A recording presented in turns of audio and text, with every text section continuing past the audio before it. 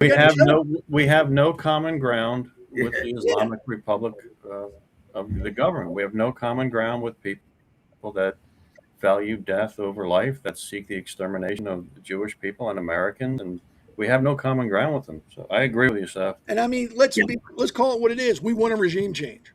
We want the regime to go away, and we should be 100% in to do whatever it takes to get that to happen. Because if we don't, and we leave one of them alive, I am telling you, before we all die of old age, we're going to be back there again, dealing with the same shit. Because they're going to be doing the same stuff, making the same threats, and they're going to have the capability of making nuclear weapons unless we completely end it.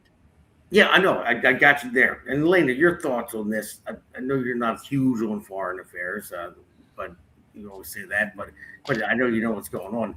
It was this a strategic move, like what, the ceasefire? This is just my thoughts, and tell me if I'm wrong or I'm just speculating. That he used the ceasefire, said, "Okay, we just bombed the heck out of you. We got rid of your stuff, and got them back in the corner, and then said, okay, we'll give you a ceasefire." And just let it play out with the Straits of Hormuz, and then the ships come through, and pitting, China against Iran because they're getting strangled right now. I mean, I look at that as like a strategic play for that reason, and he saves face with the American people, and we have midterms coming up, so he needs to do something, to.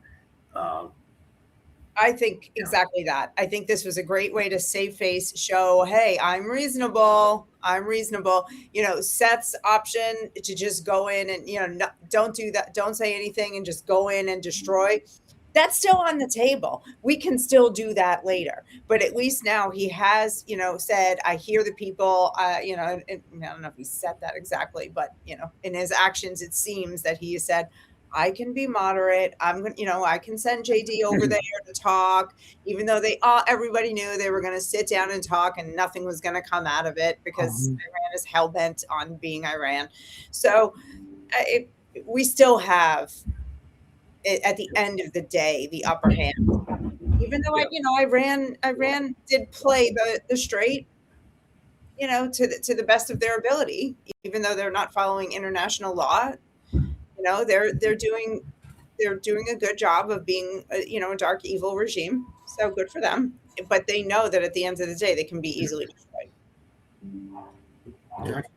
So, all right, go Jack, and then we'll go to Justin because we're going to be wrapping up here. So, Jack. Well, in my case, I know they've been studying the Strait of Hormuz for decades, but given what was going on there, I never thought that doing a blockade of the Strait by the United States was even an option. I thought the option was you go in and you blow them out.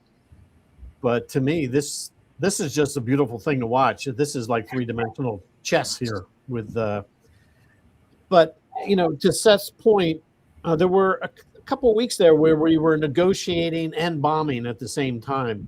Puts us in a really powerful position. The ceasefire's up in at the end of this week, I think. So Trump's going to be in a very powerful position now where the bombing starts up.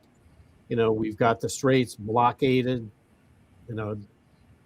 Iran's going to be they're going to be at the bottom of the heap here once we start up again. So. Yeah, that's right. And then there's one thing I almost forgot about too before I go to you, Justin. You touch on this subject, but I just want to bring this up.